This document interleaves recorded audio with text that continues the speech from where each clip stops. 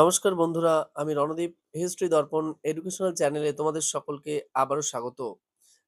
আজ আমাদের আলোচনার মূল টপিক হলো তোমরা যারা কল্যাণী ইউনিভার্সিটির অধীনস্থ বিভিন্ন কলেজগুলিতে প্রথম সেমিস্টারে পড়ছো এবং তোমাদের এই প্রথম সেমিস্টারে বেঙ্গলি মাইনরের কি ধরনের প্রশ্ন পরীক্ষায় আসবে ইতিপূর্বেই কিন্তু আমি আলোচনা করেছিলাম। আর আজ যেটা আলোচনা করব সেটা হলো তোমাদের লাস্ট মিনিট সাজেশন। এই লাস্ট মিনিট সাজেশন কিন্তু পরীক্ষার আগে আমি প্রতিটা সেমিস্টারে দিয়ে থাকি।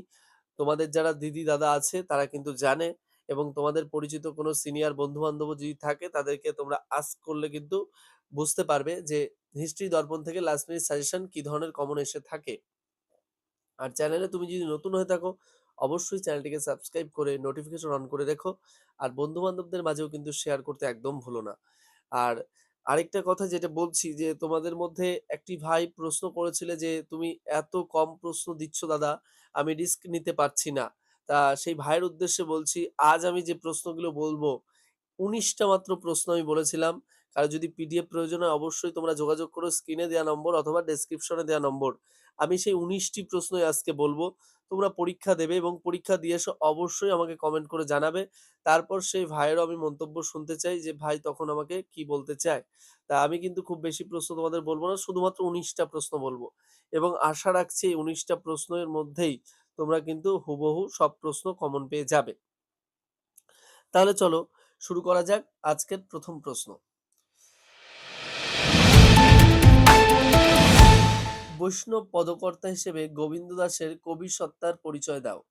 নেক্সট, কৃষ্ণদাস কবিরাজের শ্রী চৈতন্য চরিতামৃত গ্রন্থটির বিশেষত্বগুলি লেখো।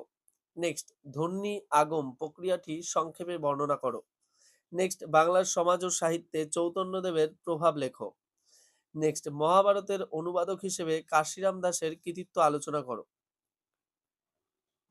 নেক্সট, শ্রীকৃষ্ণ কীর্তনে বড়ু চণ্ডীদাসের কৃতিত্ব আলোচনা করো।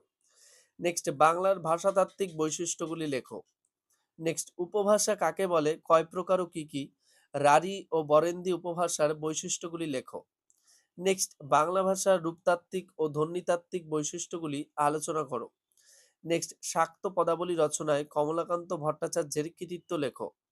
নেক্সট, মৈথিলী কোকিল কাকে বলে, তার কৃতিত্ব লেখো। নেক্সট, ধর্মমঙ্গল কাব্যে ঘনরাম চক্রবর্তীর কৃতিত্ব লেখো। নেক্সট, বাংলাকে ভাষার জননী বলা হয় কেন, ব্যাখ্যা করো। নেক্সট, যুগ সন্ধিক্ষণের কবি কাকে বলা হয়, অথবা অন্নদামঙ্গল কাব্যে রায়গুণাকর ভারতচন্দ্রের কৃতিত্ব লেখো। নেক্সট, চৈতন্য ভাগবত রচনায় বৃন্দাবন দাসের কৃতিত্ব লেখো। নেক্সট, চণ্ডীমঙ্গল কাব্যে মুকুন্দরাম চক্রবর্তীর কৃতিত্ব লেখো। নেক্সট, নারায়ণ দেবের কাব্যটির নাম কি, সংক্ষেপে কাব্যটির বৈশিষ্ট্য লেখো। নেক্সট, চর্যাপদের ঐতিহাসিক মূল্য বিচার করো এবং ধর্মতত্ত্ব সম্পর্কে আলোচনা করো। এবং নেক্সট, টিকা লেখো। দেখো এখানে ৫-৭টা থাকবে, তার মধ্যে অনেক সময় ৫টা লিখতে হয়, ২ নম্বর করে থাকে। আবার অনেক ক্ষেত্রে দেখা গেল ভাষাতাত্ত্বিক বা রূপতাত্ত্বিক বৈশিষ্ট্য দিয়ে দুটো অ্যাড করে দিল, ৫ যোগ ৫ ১০ এরকমও দিতে পারে। তাই এক্ষেত্রে টিকা লেখো যে ছোট ছোট প্রশ্নগুলো সেটাই বলি। অভিশ্রুতি, অপিনিহিতি, স্বরভক্তি, স্বরলোপ, স্বরসঙ্গতি, বর্ণবিপর্যয়, নাসিক্যী ভবন। আমি ৭টা বললাম, এই ৭টার মধ্যে যেকোনো ৫টি করতে হবে ১০ নাম্বার।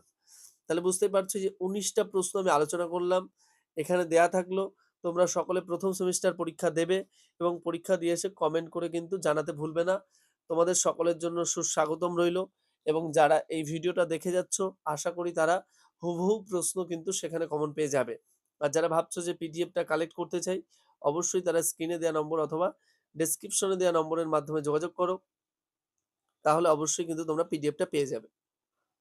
আর তোমরা যারা চ্যানেলে নতুন আছো অবশ্যই কিন্তু চ্যানেলটিকে সাবস্ক্রাইব করতে ভুলো না।